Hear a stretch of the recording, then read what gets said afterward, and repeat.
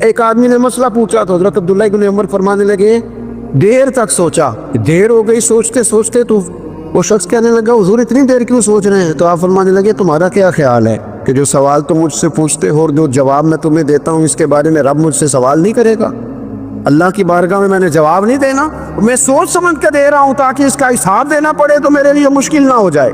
میرے عزیز، حضرت عبداللہ ابن عمر سے کسی نے سوال پوچھا تو سیدنا عبداللہ ابن عمر رضی اللہ تعالیٰ عنہ کہنے لگے مجھے نہیں آتا اس سوال کا جواب، اور جب کہا نا نہیں آتا تو فوراً کہنے لگے عبداللہ خود اپنے آپ سے بات کرتے، کہتے عبداللہ رب تیرا بھلا کرے، اس بات پہ ہمیشہ ڈٹے رہنا، جو بات نہ آتی ہو وہ کبھی کہنا نہ، جس کا پتہ نہ ہو اسے کبھی کرنا، جب تک پوری تحقیق نہ ہو بلا وجہ ہوتا زنی نہ کرنا۔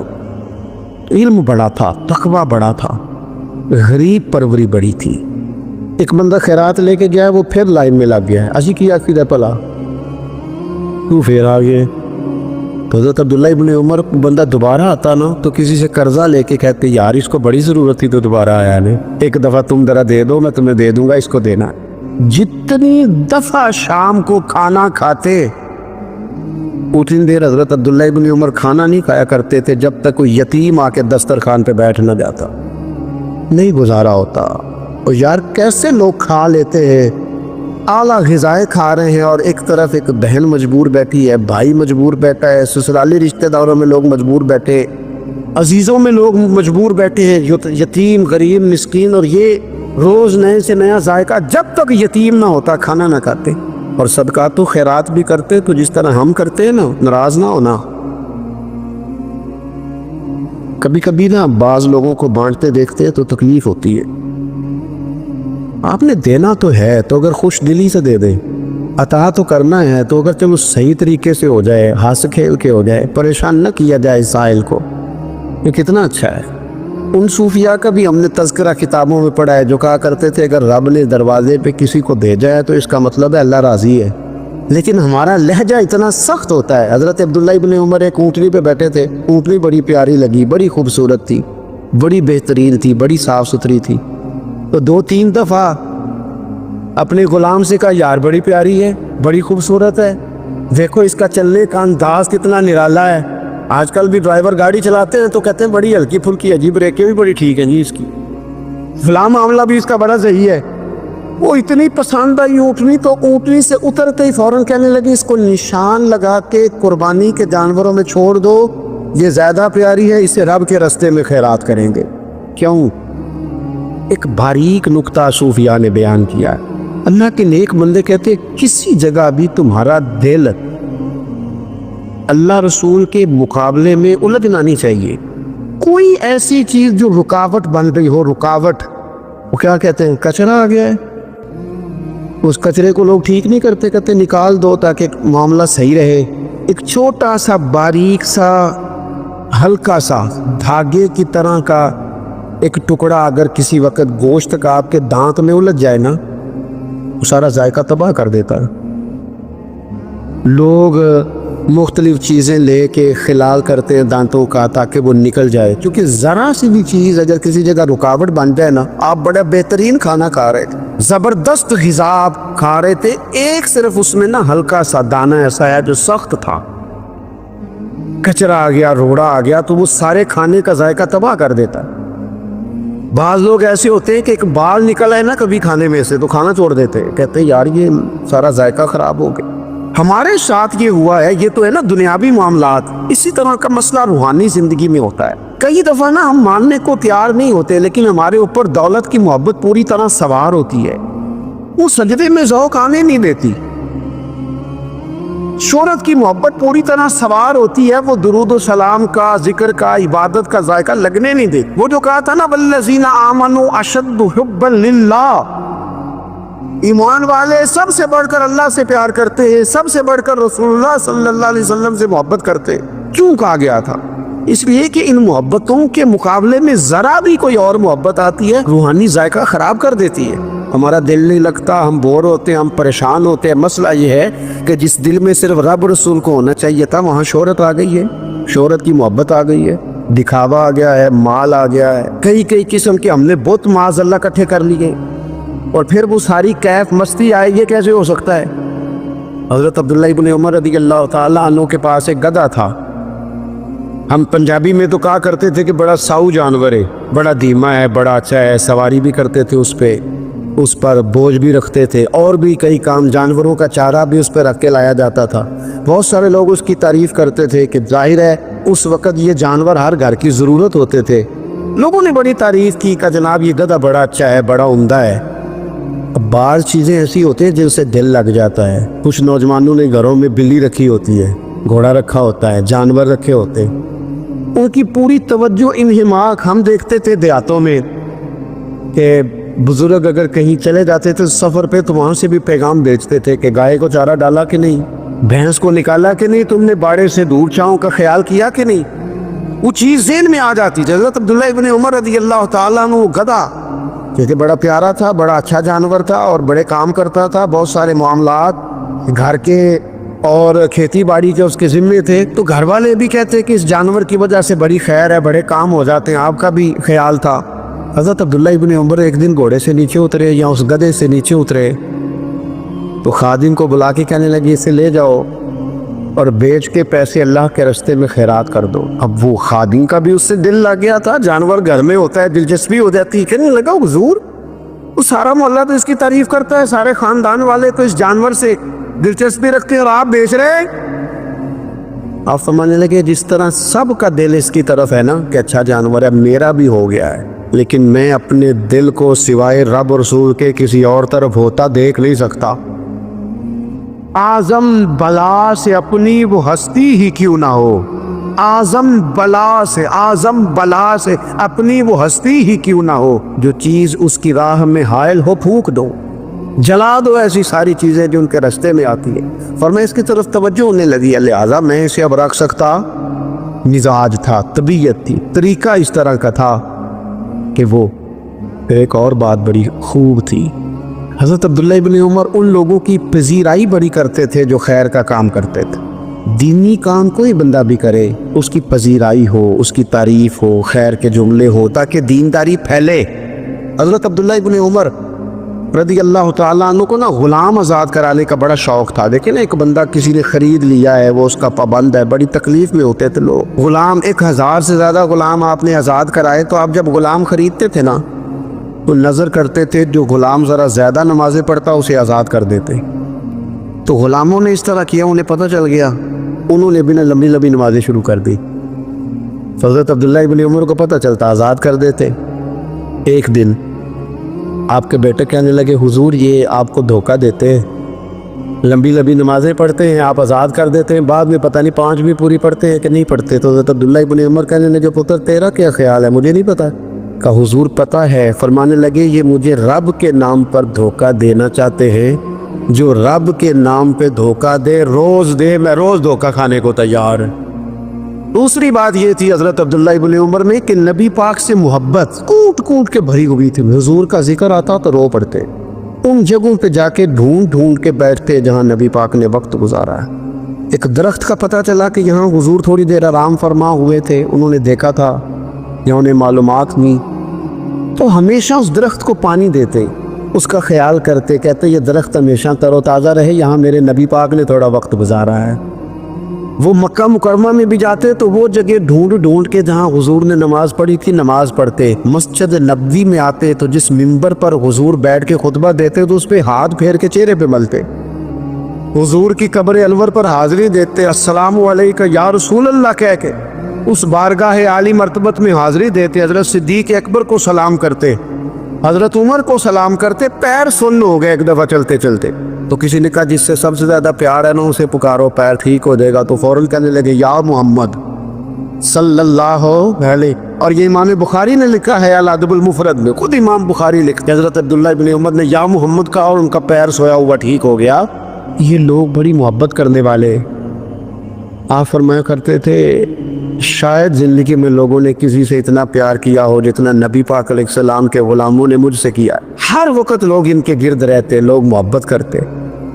حجاج بن یوسف جب حکمران بنا نا تو بڑا ظالم تھا، اس کو یہ بات اچھی نہیں لگتی تھی کہ ہر وقت لوگ حضرت عبداللہ ابن عمر کے پیچھے گھومے. بادشاہوں کا خیال ہوتا ہے نا بادشاہ ہم میں تو پروٹوکول کوئی اور لے کے جا رہا ہے. اس نے ایک دفعہ جمعہ پڑھاتے پڑھاتے معاذ اللہ حضرت عبداللہ بن زبیر رضی اللہ تعالیٰ عنہ کے خلاف کوئی بات کی تو حضرت عبداللہ ابن عمر اگرچہ بڑے صلح جو تھے, صلح پسند تھے, لیکن اگر حق کی بات ہوتی اور اس طرح سے ہوتی کہ کوئی بڑی غلط بات کرتا تو پھر ٹوکنے میں بھی بڑی جرأت کا مظاہرہ کرتے. ایک دفعہ اہل کوفہ نے آپ سے مسئلہ پوچھا نا, تو کیا مفتی تھے لوگ مسئلے پوچھتے, تو انہوں نے پوچھا حضرت عبداللہ ابن عمر سے کہ مکھی اور مچھر کا خون لگ جائے تو اس کا کیا مسئلہ ہے, کپڑے ناپاک تو نہیں ہوتے؟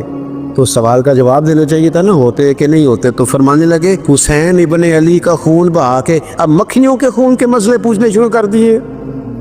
اب تمہیں یہ والا خون نظر آنے لگا ہے, حضور کی اولاد پاک کو شہید کر کے اب ان مسئلوں میں آئے ہو, یہ خیال نہیں آتا؟ تمہارے دلوں میں گھٹن ہے حضور کی اولاد کے لیے اور دین کے مسئلے پوچھتے ہو؟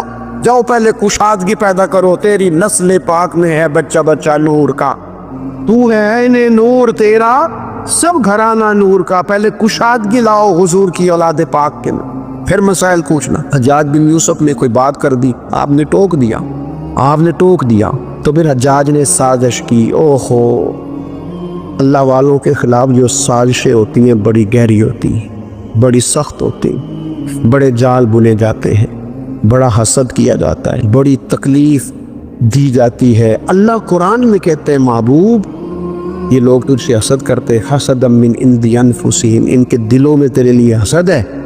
حسد کرتے ہیں لوگ, دور تک نکل جاتے ہیں حاسدین. حجاج نے کیا کیا, اس نے ایک شخص سے کہا کہ زہر والا خنجر تیار کرو جو زہر میں بجھا ہوا ہو, اور چونکہ حج کے موقع بڑا رش ہوتا ہے لہذا حج کے موقع پہ لے جانا. حضرت عبداللہ ابن عمر جب تمہارے پاس سے گزرے, بادشاہ بے وہ لوگ ان کے پیچھے, جب وہ تمہارے پاس سے گزریں تو ان کے پیر میں چبو دینا. جب لوگوں نے ایسے عالی مرتبت لوگوں کو نہیں بخشا, اتنے بڑے لوگ محفوظ نہیں رہے تو ہما چما کس کھاتے نے. آج کس بات کا شکوہ کرنا. حضرت عبداللہ ابن عمر اس کے پاس سے گزرے تو اس نے پیر میں چبو دیا خنجر, وہ زہر آپ کے جسم میں پھیلا. جب شدید بیمار ہوئے تو حجاج تیمارداری کرنے چلا گیا. یہ دیکھو دوستی قاتل سے بھی مقتول سے یارانہ بھی. خود چلا گیا اور جا کے کہنے لگا جی اگر مجھے پتہ چل جائے نا کہ آپ کو کس نے یہ زخم دیا ہے تو میں سخت انتقام لوں گا. تو حضرت عبداللہ ابن عمر نے بھی بڑا منطقی جواب دیا, فرمانے لگے مجھے اسی نے زخم دیا ہے جس نے حج کے موقع پر کسی کو خنجر لانے کا مشورہ دیا تھا, اسی نے مجھے زخم دیا ہے. گویا فرمانے لگے ظالم تو خود ہی یہ کام کرتا ہے اور خود ہی تو تیمارداریاں کرتا ہے. حضرت عبداللہ ابن عمر شہید ہو گئے. مکہ مکرمہ میں آپ کا مزار بنا دیا گیا. تقریباً 1500 کے لگ بھگ 1600 کے لگ بھگ آپ سے احادیث مروی ہے. زندگی حسین گزاری, حضور کی خوشبوئیں ہر وقت آتی رہیں. حضرت عائشہ صدیقہ, حضرت حذیفہ, حضرت جابر بن عبداللہ, یہ تینوں جلیل القدر لوگ کہا کرتے تھے حضور کے بعد زمانے کی تبدیلی سے بڑے لوگ تبدیل ہوئے, لیکن جو لوگ حضور کے طریقوں پر پوری طرح قائم رہے ان میں بڑا نام حضرت عبداللہ ابن عمر کا ہے. بڑا نام. رات بھر عبادت کرتے اور دن کو ظہر سے عصر تک اللہ کی یاد میں مصروف رہتے. 3 باتیں اپنی زندگی میں سمجھے. ایک تو جس بات کا پتہ نہیں ہے اس کو کبھی ڈسکس نہ کرے, یہ ہمیں حضرت عبداللہ ابن عمر کی زندگی نے بتایا. اور دوسری بات یہ ہے کہ کوشش کرے, سخاوت کرنی ہے اللہ کی رضا کے لیے, تو اس میں اللہ کی رضا ہی پیش نظر ہو. اور تیسری بات یہ جتنا ہو سکے اپنے آپ کو حضور کے دروازے کے قریب کرے, نبی پاک کے رستوں کا مسافر بنے.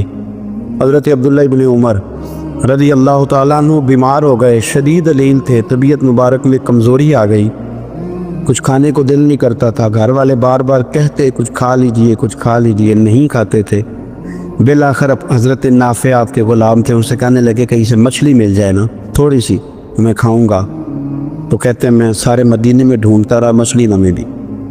اگلے دن بھی ڈھونڈی تو نہ ملی, تیسرے دن بھی ڈھونڈی تو نہ ملی. تو فرمانے لگے یار بس چھوٹی سی خواہش ہے, کوئی فرض نہیں ملتی تو رہنے دے.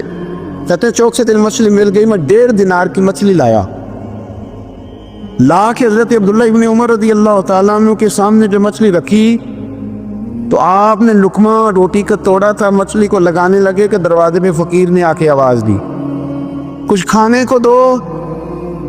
تو حضرت عبداللہ ابن عمر نے روک لیا اور ہنسے,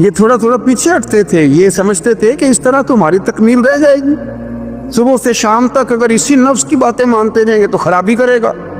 دولت کا نشہ ہے بھائی، دولت کٹھی کرنے والا کسی جگہ سیر نہیں ہوتا، حسن کا نشہ ہے، حسن کا نشہ ہے۔ حضرت ابو بکر شبلی رحمۃ اللہ علیہ فرمایا کرتے تھے جو تیری بیٹی کو خوبصورت سمجھ کے اس کے ساتھ نکاح کرنے تھے اسے بیٹی نہ دینا۔ حضرت جی کیوں؟ فرمایا حسن تو تھوڑے دن کے بعد ختم ہو جائے گا، پھر وہ اس کی قدر نہیں کرے گا، وہ تو کہیں اور منہ مارتا پھرے گا۔ ابو بکر شبلی رحمۃ اللہ تعالیٰ علیہ کی بیٹی خوبصورت تھی، ایک نوجوان کہنے لگا میرا نکاح کر دیں۔ آپ فرمانے لگے پتر تو 1 مہینے کے بعد آنا کر دوں گا، بڑی موٹی تازی خوبصورت صاحبزادی۔ تو حضرت نے اسے دوائی کھلائی، اسے پخانے لگ گئے، جو پخانہ کرتی ایک مٹکے میں سنبھال دیتے۔ تھوڑا وقت گزرا تو وہ ہڈیوں کا پنجر بن گئی، مہینے بھر میں دست اتنے آئے کہ کمزور ہو گئی۔ تو ابو بکر شبلی 1 مہینے کے بعد نوجوان کو بلایا، فرمایا ادھر آ تیرا نکاح کرو۔ بچے دکھائی تو وہ کمزور بستر پہ پڑی، فرمایا شادی کرنے لگا اسے نہیں میں نے کرنی۔ فرمایا یہ وہی ہے؟ کہنے لگا جی نہیں۔ فرمایا تو کہتا دم و عشق ہے، کدھر گیا تیرا عشق؟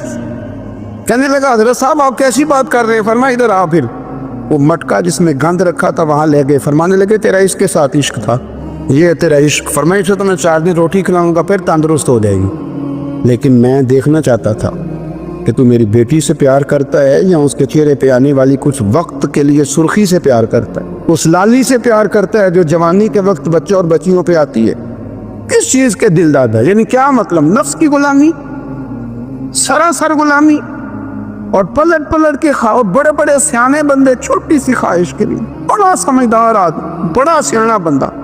میں ایک بڑے بزرگ عالم تھے، میں ایک دفعہ ملنے گا تو پائے پکا رہے تھے، خود پائے پکا رہے تھے، تو وہ بڑے پیار کی بات ہوتی ہے نا جی، تو تامت باندھی ہوئی اور بڑی جناب خستہ حالی، اور وہ پائے پکا رہے ہیں۔ تو میں نے ان سے کہا حضرت جی پائے تو کسی اور نے بھی پکا لینے تھے، آپ بخاری لے کے بیٹھتے، چلو میری طرح کا کوئی بندہ آپ سے استفادہ بھی کر لیتا۔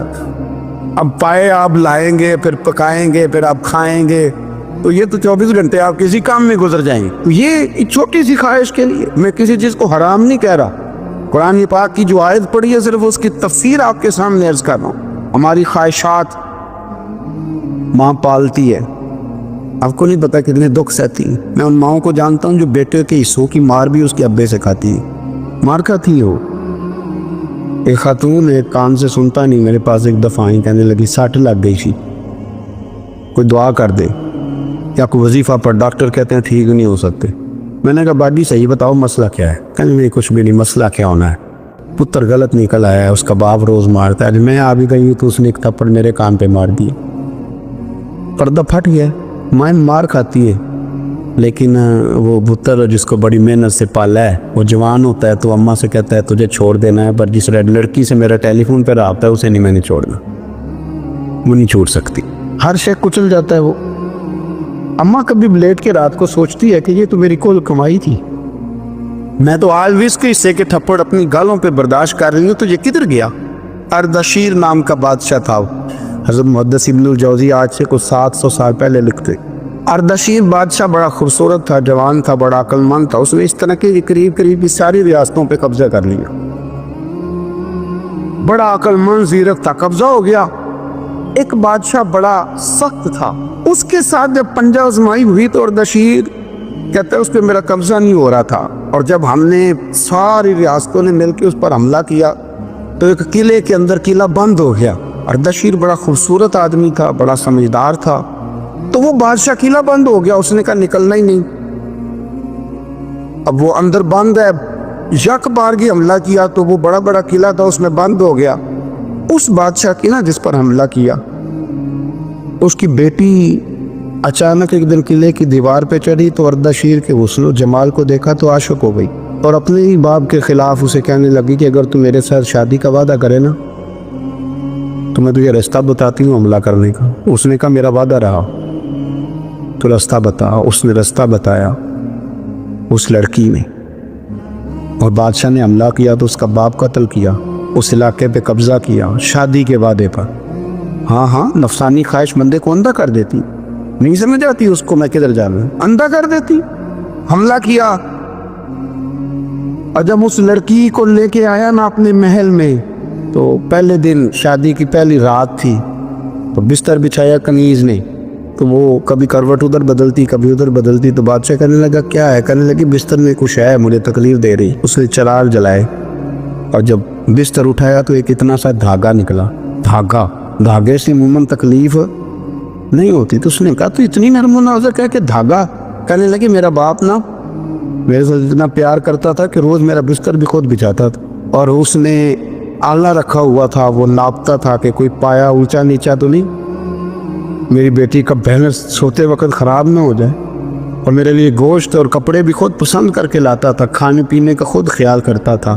اردشیر کہنے لگا اچھا تو اتنا پیار کرتا تھا، اور پھر تو نے اس کے ساتھ کیا کیا؟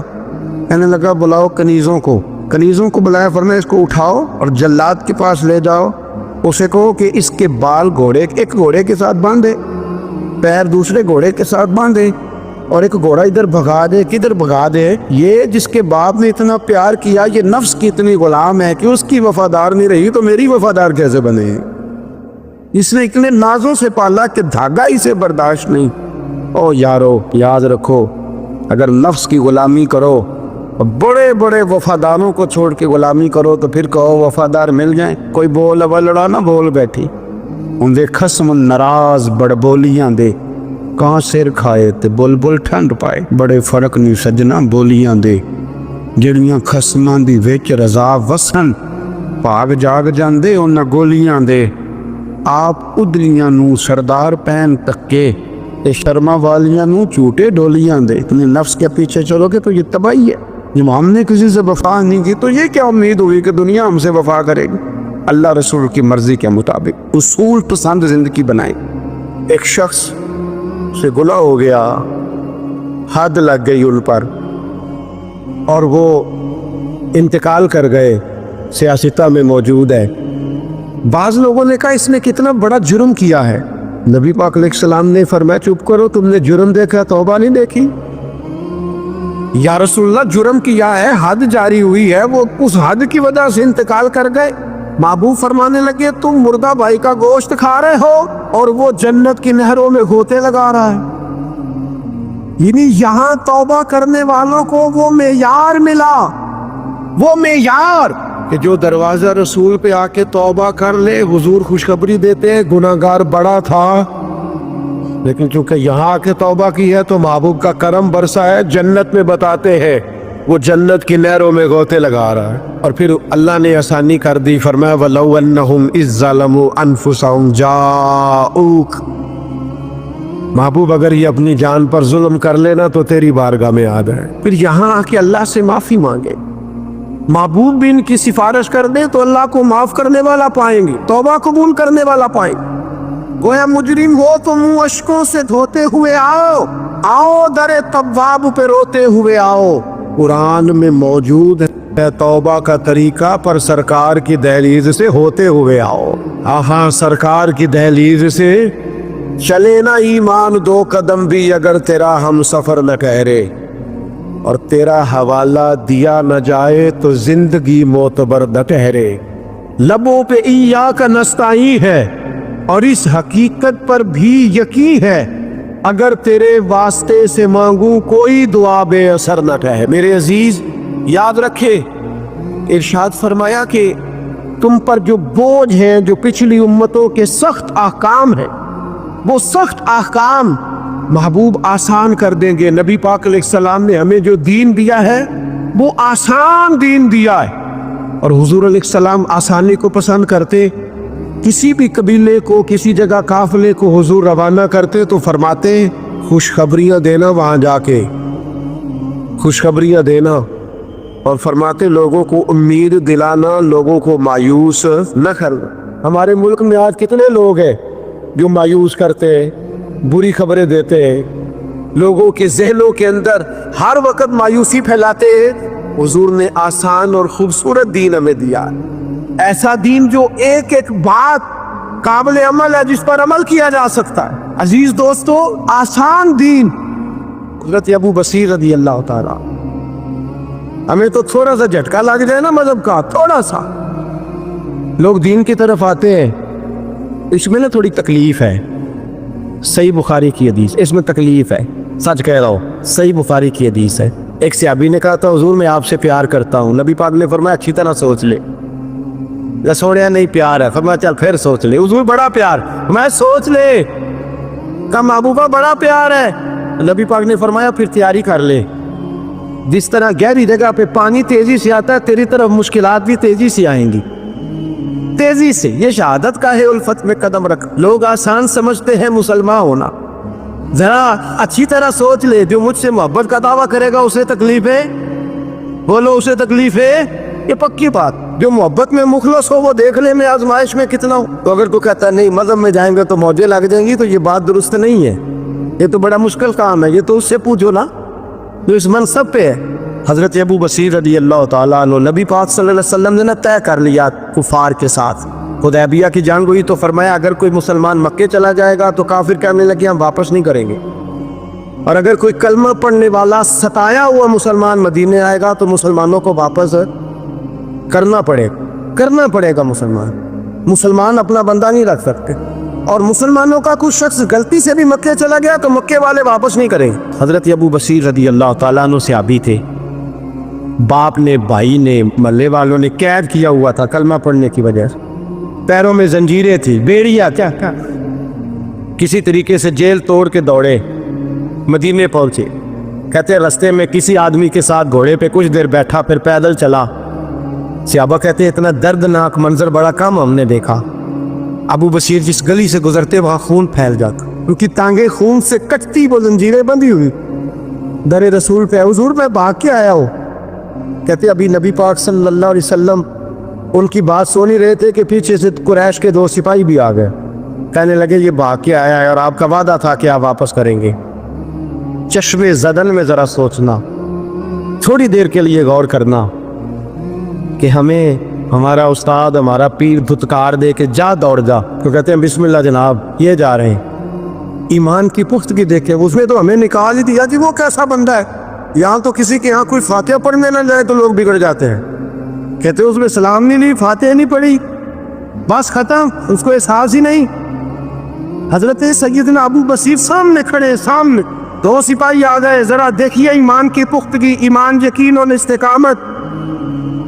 امام بیہقی نے دلائل کے اندر لکھا ہے, فرماتے ہیں نبی کریم صلی اللہ علیہ وسلم نے ان کی طرف دیکھا تو حضور کی مقدس آنکھیں آنسوں سے بھر گئی. حضور نے فرمایا ابو بصیر تیری تکلیف مجھے نظر آ رہی ہے پر میں نے وعدہ کیا ہوا ہے. میں نے وعدہ, بھائی یہاں ڈٹ کے رہنا بڑا مشکل ہے, یہاں قائم رہنا بڑا کٹھن مرحلہ ہے.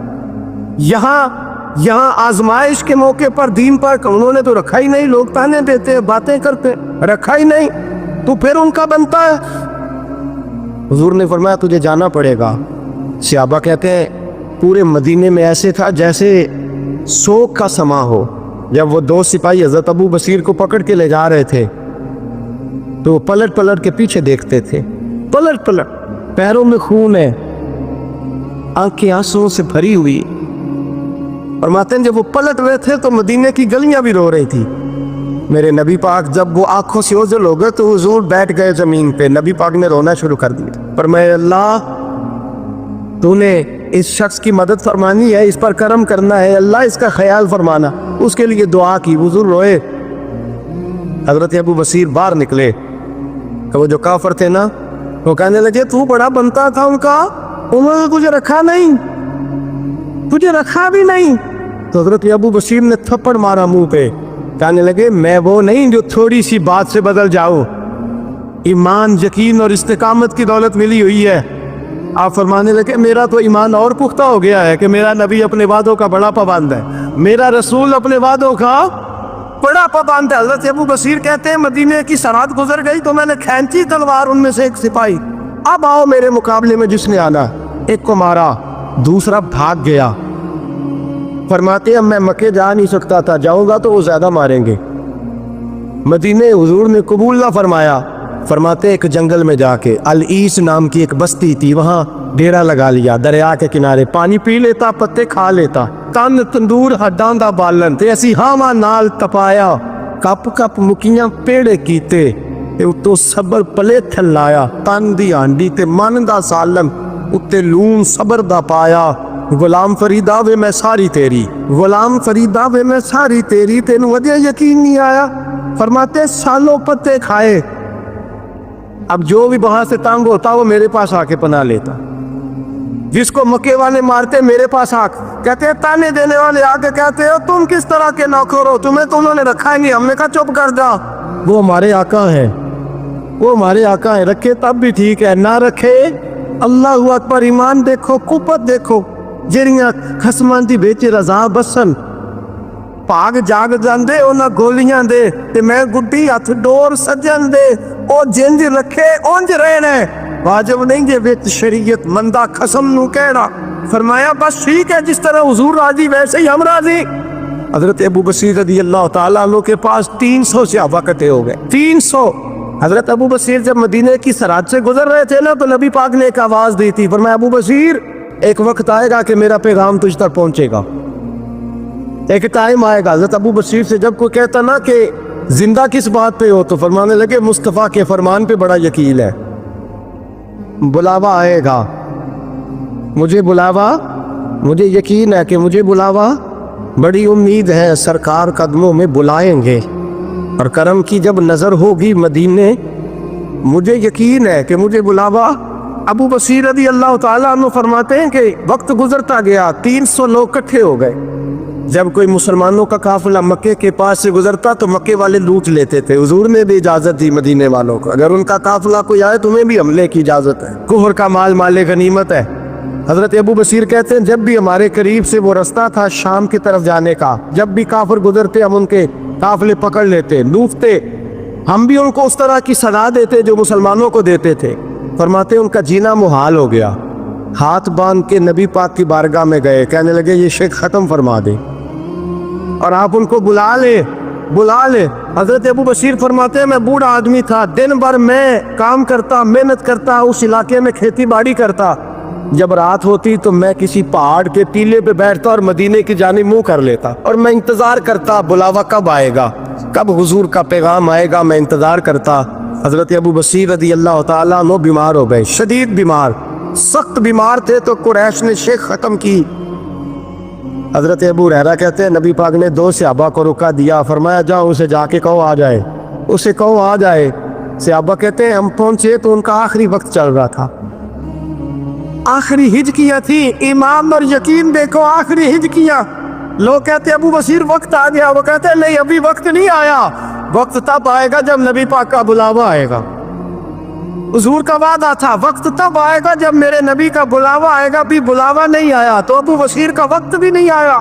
صحابہ کہتے ہیں ہم نے جا کے رکا تھمایا، اٹھنے کی بھی طاقت نہیں تھی، جب حضور کا رکا لیا نا تو دونوں یوں مٹھیاں بند کر لی، گویا جھوم جھوم کے نعرے لگانے لگے آؤ دیکھو میرے نبی کے وعدے کتنے سچے ہیں، چومتے حضور کا نامہ، سر پہ رکھتے، سینے سے لگاتے، اور کہتے ہیں پھر بلند آواز سے کلمہ پڑھنے لگے۔ کبھی آپ صرف کہہ دیں نا میرا رب میرے ساتھ ہے، اس لفظ میں اتنی طاقت ہے کہ دشمن ویسے زہر ہو جاتا ہے۔ زندگی میں کسی سے بھی لڑائی ہو اچھی طرح سوچ لیں کہ اللہ اس طرف ہے یا اس طرف ہے، اگر آپ زیادتی پہ ہیں تو پھر رب مظلوم کی جانب، اگر اللہ کی مدد آپ کے ساتھ ہے تو دنیا کی کوئی طاقت آپ کو گرا نہیں سکتی، اور اگر آپ مظلوم کے مقابلے میں ظالم بن کے آپ کھڑے ہو گئے ہیں اور آپ نے رویہ وہ اختیار کیا ہے کہ جس میں مدد نہیں آئے گی، تو پھر یاد رکھ لیں کہ آپ کوئی بھی ہیں، کہاں بھی ہے، آپ کمزور ہیں۔ طاقتور تھے ابتدائے اسلام میں، ظاہری طاقت تھی کفار مکہ کے پاس، وہ ڈنڈوں سے مارتے تھے غریبوں، ان کے ہاتھوں میں ڈنڈے تھے، پر خدائی طاقت ان مظلوموں کے ساتھ تھی۔ صاحب زرقانی نے لکھا ہے حضرت زنیرہ رضی اللہ تعالیٰ کا ایک لونڈی ہے، غریب ہے، ماڑے دا کی کام محمد نس جانا یا رونا، غریب سادی بی بی، اور لونڈی کنیزہ، ایک مشرک کی کنیزہ تھی، انہوں نے کلمہ پڑھ لیا، وہ ڈنڈوں سے مارتا، دلوں سے مارتا، تکلیف دیتا۔ حضرت زنیرہ رضی اللہ تعالیٰ عنہ کو اتنا مارا، اتنا مارا۔ اب آپ ایک اور پہلو پر بھی غور کریں، مار بھی پڑ رہی ہے پر خدا ادھر ہی ہے، اللہ کی مدد ادھر ہی ہے۔ رب کہتا ہے کہ پہلے تو صبر کرنا، ان اللہ مع الصابرین، تو صبر کرے گا تو پھر رب کی معیت ملے گی، ذرا ٹھہرنا۔ تو تھوڑا ڈٹنا، ان الذین قالوا ربنا اللہ ثم استقاموا تتنزل علیہم الملائکہ، تو کہ اللہ میرا رب ہے، پھر تو پہلے ڈٹ، پہلے تو نے ڈٹنا ہے، ثم استقاموا، جو ڈٹ گیا، تتنزل علیہم الملائکہ، ڈٹنے والے کے لیے مدد آتی، پہلے تھوڑا ٹھہرنا پڑتا ہے، پہلے تھوڑا صبر کرنا پڑتا ہے، حوصلہ کرنا پڑتا، اس کے بعد مدد آتی۔ مار پڑ رہی ہے، مارا جا رہا ہے حضرت زنیرہ کو، ان کا مالک جو ہے ظاہری آقا وہ مار رہا ہے، یہ کنیزہ ہے، ماں اتنا مارا ان کی بینائی چلی گئی، نظر آنا بند ہو گیا۔ ابو جہل آیا اور کہنے لگا زنیرہ دیکھا نا ہمارے بت تیری آنکھیں لے گئے، معاذ اللہ، لات و منات ہمارے بتوں نے تجھے اندھا کر دیا۔ اب ایسا نہیں ہے کہ بی بی روتی جا رہی ہے، مایوسی معاذ اللہ، پریشانی، غریبی بڑی ہے، پوچھنے والا کوئی نہیں، یہ باتیں نہیں، کیا جملے ہیں خاتون کے، کیا لفظ ہیں۔ ابو جہل نے تنزیہ کہا معاذ اللہ، کہنے لگا دیکھا نا ہمارے بتوں نے تجھے اندھا کر دیا۔ تو جناب زنیرہ آنکھوں کی بینائی گئی ہے، رات کو گئی ہے، دکھ ابھی تازہ ہے، لیکن اللہ پہ جو توکل ہے، اپنے مالک سے جو رشتہ ہے وہ اتنا مضبوط ہے، اتنا طاقتور ہے، اس میں اتنی گہرائی ہے۔ حضرت زنیرہ بول کے نا اتنی قوت سے بولی، اتنی طاقت سے بولی کہ پورے کفر پر لرزہ طاری ہو گیا، فرمانے لگی تمہارے بتوں کی کیا اوقات ہے کہ میری بینائی لے جائیں، یہ میری رب کی حکمت کا تقاضا ہے۔ جب تک اس نے چاہا زنیرہ دیکھتی رہی، اور جب اس نے چاہا زنیرہ کی آنکھوں کی بینائی چلی گئی، اور اگر وہ چاہے گا نا تو بینائی واپس بھی کر دے گا۔ نبی پاک صلی اللہ تعالی علیہ وسلم نے ارشاد فرمایا، ایک عورت تھی، طوائف تھی، ساری زندگی اس کی گناہوں میں گزری معاذ اللہ، پھر وہ ایک کنویں کے پاس سے گزر رہی تھی، ایک پیاسا کتا اس نے وہاں پیاس سے تڑپتے سسکتے دیکھا، اور پھر اس نے اپنے جوتے کو لٹکا کر اپنے دوپٹے کی مدد سے، یا جیسے اس سے ممکن ہو سکا، اس نے پانی نکالا، کتے کو پلایا، اللہ نے اس کی بخشی فرما دی۔ آپ ماشاءاللہ ہزاروں میں لوگ ہیں، آپ نے بڑی جلدی مجھے یہ بتانا ہے، یہ حدیث آپ نے پہلے بھی سنی ہوئی ہے نا؟ میرا خیال ہے کوئی بندہ نہیں رہا جس نے نہ سنی ہو، سنی ہوئی ہے نا ہم نے الحمدللہ۔ اتنے سارے بندے جو یہاں موجود ہیں انہوں نے سنی ہوئی ہے، تو ظاہر ہے امت مسلمہ میں جتنے لوگ ہیں ڈھیر ساروں نے یہ بات سنی ہوگی۔ لیکن میرا سوال یہ ہے، میں سڑکوں پہ روڈوں پہ سفر کرتا ہوں، ہم نے یہ حدیث درجنوں بار سنی کہ طوائف نے کتے کو پانی پلایا تو اس کی بخشش ہو گئی، لیکن حال یہ ہے کہ سڑک پر کسی گاڑی سے ٹکرا کر اگر کوئی کتا مر جاتا ہے، اب مر ہی گیا ہے، گاڑی والا، موٹر سائیکل والا، پجارو والا، بس والا کوئی اتنی جرت نہیں کرتا کہ لکڑی کے ساتھ، رسی کے ساتھ ہی پکڑ کے اسے سائیڈ پہ کر دے۔ اس سڑک پہ مرا ہوا پڑا رہتا ہے، یہاں تک کہ گاڑیوں کے ٹائروں کے ساتھ اس کا گوشت لگ لگ کے سڑک صاف ہوتی ہے۔ اس محبوب کے ماننے والے، جس محبوب نے بتایا کہ طوائف نے پانی پلایا تھا، اور ہمیں سمجھ بھی آ گئی، حدیث پڑھ بھی لی اور سن بھی لی، پھر اس ملک کی جو مسلمانوں کا ملک ہے اس کی سڑکوں پر مرے ہوئے کتوں کو اٹھائے بھی کوئی نہ، اور زخمی کتا زخمی ہو ہی گیا ہے، اب اسے سڑک سے سائیڈ پہ ہی کر دیا جائے کم از کم، تاکہ اس کی اگر جان باقی ہے تو بچ جائے۔ تو پھر مجھے بتاؤ نا میرے دوستو، ہم نے کس لیے تقریریں سنی ہیں، کس لیے خطبے سنے ہیں؟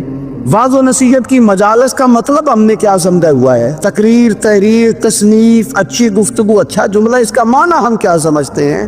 تو آج جو خوبصورت گھڑیاں شب برات کی صورت میں ہمیں نصیب ہونے جا رہی ہیں، اس سے پہلے اپنے دل میں یہ ارادہ کرو کہ رب کریم نے ہمیں جتنا دین کا فہم دیا ہے، سمجھ دی ہے، علم دیا ہے، ہم ارادہ کرتے ہیں اب ہم صرف سنیں گے نہیں، پڑھیں گے نہیں، صرف بیان ہی نہیں کریں گے، ہم عمل بھی کریں گے۔ کوئی تھوڑا سا نا عمل کا رستہ بھی تو میرے عزیز ہونا چاہیے۔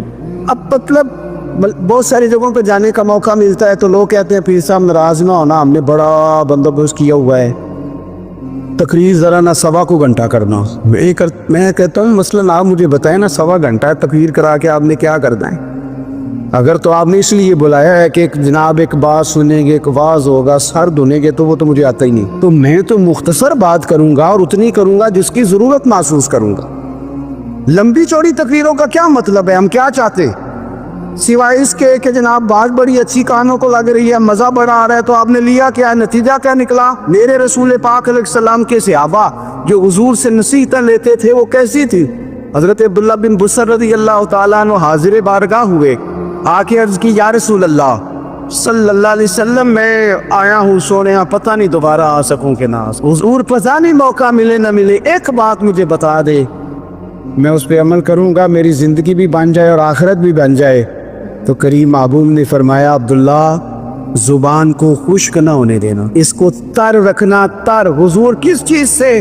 فرمایا اللہ کے ذکر سے تر رکھنا، زبان اللہ کے ذکر سے تر رہے، ہر وقت رب کی یاد رہے، تیری دنیا بھی بن جائے گی اور آخرت بھی بن جائے گی۔ تو میرے عزیز اپنی زندگی کے اندر اب ہم نے عمل کرنا ہے۔ او جناب کمال پھر یہ ہے کہ جب بات سننے کا شوق بڑھ جاتا ہے، تقریر سننے کا شوق بڑھ جاتا ہے، سننے سنانے کا ایک خالی مزاج ہو جاتا ہے، پھر بندہ ڈھونڈتا پھرتا ہے کہ نئی سے نئی چیز کہاں ملتی، انوکھی سے انوکھی چیز کہاں ملتی، انفرادی سے انفرادی بات۔ میرے بھائی آپ ضرور سنیں، ضرور سنیں، مومن کی گمشدہ میراث ہے، حکمت جہاں سے ملے لے، لیکن عمل کرنے کے لیے لے، عمل کرنے کے لیے۔ اب میرا دل کرتا ہے، اب دل کرتا ہے اب ہماری چپ سے بھی لوگ سبق سیکھیں۔ حضرت بایزید بستامی فرمایا کرتے تھے جس نے ہماری چپ سے کچھ نہیں سیکھا اس نے ہماری تقریر سے کیا سیکھنا ہے۔ اب تھوڑا سا نا اشاروں کی بولی بھی سمجھے، اب تھوڑا سا یہ بھی ہو کہ بس بات پوری ہونے نہ پائے اور انسان کی رغبت عمل کی طرف بڑھ جائے، یہ مزاج ہمیں دیا ہے۔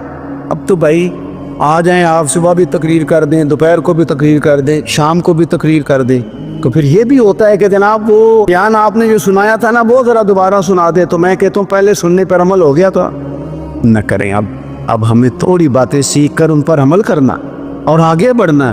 بڑی سادی بات میرے ابا جی بتایا کرتے تھے، والا صاحب کہتے ہیں کہ ایک دیہاتی بندہ نہ چلا گیا وہ کسی مولوی صاحب کی تقریر سننے، تو اس زمانے میں آپ کو پتہ ہے یہ واش روم کا مروجہ نظام نہیں ہوتا تھا، تو لوگ کھیتوں میں دوسری جگہوں پہ پیشاب کے لیے جاتے تھے۔ تو مولانا نے ایک احتیاط بیان کی، وہ کہنے لگے کہ پیشاب سخت جگہ پہ نہ کرو زمین پہ بیٹھ کر، ورنہ پیشاب کے چینٹے اڑیں گے، کپڑوں پہ پڑیں گے، اور حدیث میں سخت حکم ہے اس مسئلے۔ تو کوئی نرم جگہ ہو ایسی جہاں پیشاب کرے چھینکے نہ اڑے۔